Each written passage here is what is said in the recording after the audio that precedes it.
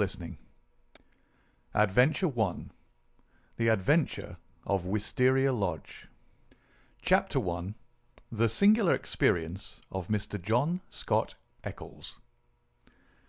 I find it recorded in my notebook that it was a bleak and windy day towards the end of March in the year 1892. Holmes had received a telegram while we sat at our lunch, and he had scribbled a reply. He made no remark, but the matter remained in his thoughts, for he stood in front of the fire afterwards, with a thoughtful face, smoking his pipe, and casting an occasional glance at the message. Suddenly he turned upon me with a mischievous twinkle in his eyes. "I suppose, Watson, we must look upon you as a man of letters," said he. "How do you define the word grotesque?" "Strange, remarkable," I suggested. He shook his head at my definition. "There is surely something more than that," said he. "Some underlying suggestion of the tragic and the terrible.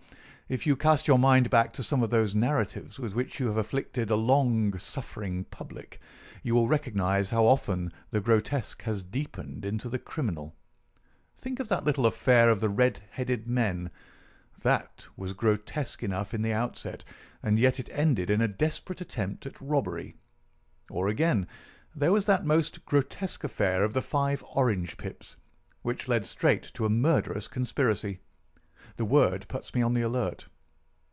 "Have you it there?" I asked. He read the telegram aloud. "Have just had most incredible and grotesque experience. May I consult you? Scott Eccles, Post Office, Charing Cross." "Man or a woman?" I asked. "Oh, man, of course. No woman would ever send a reply-paid telegram. She would have come." "Will you see him?" "My dear Watson, you know how bored I have been since we locked up Colonel Carruthers. My mind is like a racing engine, tearing itself to pieces because it is not connected up with the work for which it was built. Life is commonplace. The papers are sterile. Audacity and romance seem to have passed forever from the criminal world. Can you ask me, then, whether I am ready to look into any new problem, however trivial it may prove? But here, unless I am mistaken, is our client." A measured step was heard upon the stairs, and a moment later a stout, tall, grey-whiskered, and solemnly respectable person was ushered into the room. His life history was written in his heavy features and pompous manner. From his spats to his gold-rimmed spectacles, he was a conservative, a churchman, a good citizen, orthodox and conventional to the last degree. But some amazing experience had disturbed his native composure, and left its traces in his bristling hair, his flushed, angry cheeks, and his flurried, excited manner. He plunged instantly into his business. "I have had a most singular and unpleasant experience, Mr. Holmes," said he. "Never in my life have I been placed in such a situation. It is most improper, most outrageous. I must insist upon some explanation." He swelled and puffed in his anger. "Pray sit down, Mr. Scott Eccles," said Holmes in a soothing voice. "May I ask, in the first place, why you came to me at all?" "Well, sir, it did not appear to be a matter which concerned the police. And yet, when you've heard the facts, you must admit that I would not leave it where it was. Private detectives are a class with whom I have absolutely no sympathy, but none the less, having heard your name—" "Quite so. But in the second place, why did you not come at once?" Holmes glanced at his watch. "It is 2:15, he said. "Your telegram was dispatched about 1, but no one can glance at your toilet and attire without seeing that your disturbance dates from the moment of your waking." Our client smoothed down his unbrushed hair and felt his unshaven chin. "You are right, Mr. Holmes. I never gave a thought to my toilet. I was only too glad to get out of such a house.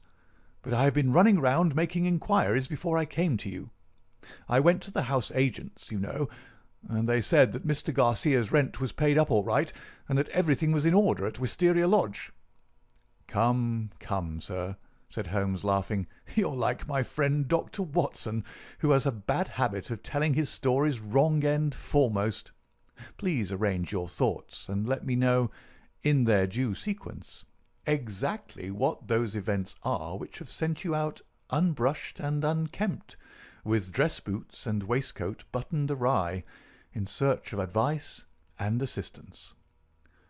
Our client looked down with a rueful face at his own unconventional appearance. "I'm sure it must look very bad, Mr. Holmes, and I'm not aware that in my whole life such a thing has ever happened before. But I will tell you the whole queer business, and when I have done so you will admit, I am sure, that there has been enough to excuse me." But his narrative was nipped in the bud. There was a bustle outside, and Mrs. Hudson opened the door to usher in two robust and official-looking individuals, one of whom was well known to us as Inspector Gregson of Scotland Yard, an energetic, gallant, and, within his limitations, a capable officer. He shook hands with Holmes, and introduced his comrade as Inspector Baines of the Surrey Constabulary. "We are hunting together, Mr. Holmes, and our trail lay in this direction." He turned his bulldog eyes upon our visitor. "Are you Mr. John Scott Eccles of Popham House, Lee?" "I am. We've been following you about all the morning." "You traced him through the telegram, no doubt," said Holmes. "Exactly, Mr. Holmes. We picked up the scent at Charing Cross Post Office and came on here." "But why did you follow me? What do you want?" "We wish a statement, Mr. Scott Eccles, as to the events which led up to the death last night of Mr. Aloysius Garcia of Wisteria Lodge, near Esher." Our client had sat up with staring eyes, and every tinge of colour struck from his astonished face. "Dead? Did you say he was dead?" "Yes, sir, he's dead." "But how? An accident?" "Murder, if ever there was one upon earth." "Good God! This is awful. You don't mean that I'm suspected?" "A letter of yours was found in the dead man's pocket, and we know by it that you had planned to pass last night at his house." "So I did." "Oh, you did you?" Out came the official notebook. "Wait a bit, Gregson," said Sherlock Holmes. "All you desire is a plain statement, is it not?" "And it is my duty to warn Mr. Scott Eccles that it may be used against him." "Mr. Eccles was going to tell us about it when you entered the room, I think. Watson, a brandy and soda would do him no harm. Now, sir, I suggest that you take no notice of this addition to your audience, and that you proceed with your narrative exactly as you would have done had you never been interrupted." Our visitor had gulped off the brandy, and the colour had returned to his face. With a dubious glance at the inspector's notebook, he plunged at once into his extraordinary statement. "I am a bachelor," said he, "and, being of a sociable turn, I cultivate a large number of friends. Among these are the family of a retired brewer called Melville, living at Albemarle Mansion, Kensington. It was at his table that I met some weeks ago a young fellow named Garcia. He was, I understand, of Spanish descent, and connected in some way with the embassy. He spoke perfect English, was pleasing in his manners, and as good-looking a man as ever I saw in my life. In some way we struck up quite a friendship, this young fellow and I. He seemed to take a fancy to me from the first, and within 2 days of our meeting he came to see me at Lee. One thing led to another, and it ended in his inviting me out to spend a few days at his house, Wisteria Lodge, between Esher and Oxshott. Yesterday evening I went to Esher to fulfil this engagement. He had described his household to me before I went there. He lived with a faithful servant, a countryman of his own, who looked after all his needs. This fellow could speak English and did his housekeeping for him. Then there was a wonderful cook, he said, a half-breed whom he had picked up in his travels, who could serve an excellent dinner. I remember that he remarked what a queer household it was to find in the heart of Surrey, and that I agreed with him, though it has proved a good deal queerer than I thought. I drove to the place, about 2 miles on the south side of Esher. The house was a fair-sized one, standing back from the road with a curving drive which was banked with high evergreen shrubs. It was an old, tumble-down building in a crazy state of disrepair. When the trap pulled up on the grass-grown drive in front of the blotched and weather-stained door, I had doubts as to my wisdom in visiting a man whom I knew so slightly. He opened the door himself, however, and greeted me with a great show of cordiality. I was handed over to the manservant, a melancholy, swarthy individual, who led the way, my bag in his hand, to my bedroom. The whole place was depressing. Our dinner was tête-à-tête, and though my host did his best to be entertaining, his thoughts seemed to continually wander, and he talked so vaguely and wildly that I could hardly understand him. He continually drummed his fingers on the table, gnawed his nails, and gave other signs of nervous impatience. The dinner itself was neither well served nor well cooked, and the gloomy presence of the taciturn servant did not help to enliven us. I can assure you that many times in the course of the evening I wished that I could invent some excuse which would take me back to Lee. One thing comes back to my memory which may have a bearing upon the business that you two gentlemen are investigating. I thought nothing of it at the time. Near the end of dinner a note was handed in by the servant. I noticed that after my host had read it, he seemed even more distrait and strange than ever. He gave up all pretence at conversation and sat smoking endless cigarettes, lost in his own thoughts.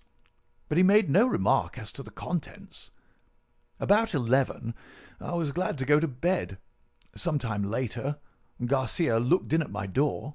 The room was dark at the time, and asked me if I had rung. I said I had not. He apologized for having disturbed me so late, saying that it was nearly 1 o'clock. I dropped off after this and slept soundly all night. And now I come to the amazing part of my tale. When I woke it was broad daylight. I glanced at my watch, and the time was nearly 9. I had particularly asked to be called at 8, so I was very much astonished at this forgetfulness. I sprang up and rang for the servant. There was no response. I rang again and again, with the same result. Then I came to the conclusion that the bell was out of order. I huddled on my clothes and hurried downstairs in an exceedingly bad temper to order some hot water. You can imagine my surprise when I found that there was no one there. I shouted in the hall. There was no answer. Then I ran from room to room. All were deserted. My host had shown me which was his bedroom the night before, so I knocked at the door. No reply. I turned the handle and walked in. The room was empty, and the bed had never been slept in. He'd gone with the rest. The foreign host, the foreign footman, the foreign cook, all had vanished in the night. There was the end of my visit to Wisteria Lodge. Sherlock Holmes was rubbing his hands and chuckling as he added this bizarre incident to his collection of strange episodes. "Your experience is, so far as I know, perfectly unique," said he. "May I ask, sir, what you did then?" "I was furious. My first idea was that I had been the victim of some absurd practical joke. I packed my things, banged the hall door behind me, and set off for Esher with my bag in my hand. I called at Allen Brothers, the chief land agents in the village, and found that it was from this firm that the villa had been rented. It struck me that the whole proceeding could hardly be for the purpose of making a fool of me, and that the main object must be to get out of the rent. It is late in March, so quarter day is at hand. But this theory would not work. The agent was obliged to me for my warning, but told me that the rent had been paid in advance. Then I made my way to town and called at the Spanish Embassy. The man was unknown there. After this I went to see Melville, at whose house I had first met Garcia, but I found that he really knew rather less about him than I did. Finally, when I got your reply to my wire, I came out to you, since I gather that you are a person who gives advice in difficult cases. But now, Mr. Inspector, I understand from what you said when you entered the room that you can carry the story on, and that some tragedy had occurred. I can assure you that every word I have said is the truth, and that, outside of what I have told you, I know absolutely nothing about the fate of this man. My only desire is to help the law in every possible way." "I'm sure of it, Mr. Scott Eccles, I'm sure of it," said Inspector Gregson in a very amiable tone. "I'm bound to say that everything which you've said agrees very closely with the facts as they've come to our notice. For example, there was that note which arrived during dinner. Did you chance to observe what became of it?" "Yes, I did. Garcia rolled it up and threw it into the fire." "What do you say to that, Mr. Baines?" The country detective was a stout, puffy red man whose face was only redeemed from grossness by two extraordinarily bright eyes, almost hidden behind the heavy creases of cheek and brow. With a slow smile he drew a folded and discoloured scrap of paper from his pocket. "It was a dog grate, Mr. Holmes, and he overpitched it. I picked this out, unburned from the back of it." Holmes smiled his appreciation. "You must have examined the house very carefully to find a single pellet of paper." "I did, Mr. Holmes. It's my way. Shall I read it, Mr. Gregson?" The Londoner nodded. "The note is written upon ordinary cream-laid paper without watermark. It is a quarter sheet. The paper is cut off in 2 snips with a short bladed scissors. It's been folded over 3 times and sealed with purple wax, put on hurriedly and pressed down with some flat oval object. It is addressed to Mr. Garcia, Wisteria Lodge. It says, 'Our own colours, green and white. Green open, white shut. Main stair, 1st corridor, 7th right, green baize. Godspeed, D.' It is a woman's writing done with a sharp-pointed pen, but the address is either done with another pen or by someone else. It is thicker and bolder, as you see." "A very remarkable note," said Holmes, glancing it over. "I must compliment you, Mr. Baines, upon your attention to detail in your examination of it. A few trifling points might perhaps be added. The oval seal is undoubtedly a plain sleeve link. What else is of such a shape? The scissors were bent nail scissors. Short as the 2 snips are, you can distinctly see the same slight curve in each." The country detective chuckled. "I thought I had squeezed all the juice out of it, but I see there was a little over," he said. "I'm bound to say that I make nothing of the note except that there was something on hand, and that a woman, as usual, was at the bottom of it." Mr. Scott Eccles had fidgeted in his seat during this conversation. "I'm glad you found the note, since it corroborates my story," said he. "But I beg to point out that I have not yet heard what has happened to Mr. Garcia, nor what has become of his household." "As to Garcia," said Gregson, "that is easily answered. He was found dead this morning upon Oxshott Common, nearly a mile from his home. His head had been smashed to pulp by heavy blows of a sandbag or some such instrument, which had crushed rather than wounded. It is a lonely corner, and there is no house within a quarter of a mile of the spot. He had apparently been struck down first from behind, but his assailant had gone on beating him long after he was dead. It was a most furious assault. There are no footsteps, nor any clue to the criminals." "Robbed?" "No, there was no attempt at robbery." "This is very painful and terrible," said Mr. Scott Eccles in a querulous voice. "But it is really uncommonly hard on me. I had nothing to do with my host going off upon a nocturnal excursion and meeting so sad an end. How do I come to be mixed up with the case?" "Very simple, sir," Inspector Baines answered. "The only document found in the pocket of the deceased was a letter from you saying that you would be with him on the night of his death. It was the envelope of this letter which gave us the dead man's name and address. It was after 9 this morning when we reached his house and found neither you nor anyone else inside it. I wired to Mr. Gregson to run you down in London while he examined Wisteria Lodge. Then I came into town, joined Mr. Gregson, and here we are." "I think now," said Gregson, rising, "we had best put this matter into an official shape. You'll come round with us to the station, Mr. Scott Eccles, and let us have your statement in writing." "Certainly, I will come at once. "But I retain your services, Mr. Holmes. I desire you to spare no expense and no pains to get to the truth." My friend turned to the country inspector. "I suppose that you have no objection to my collaborating with you, Mr. Baines?" "Highly honoured, sir, I'm sure." "You appear to have been very prompt and businesslike in all that you have done.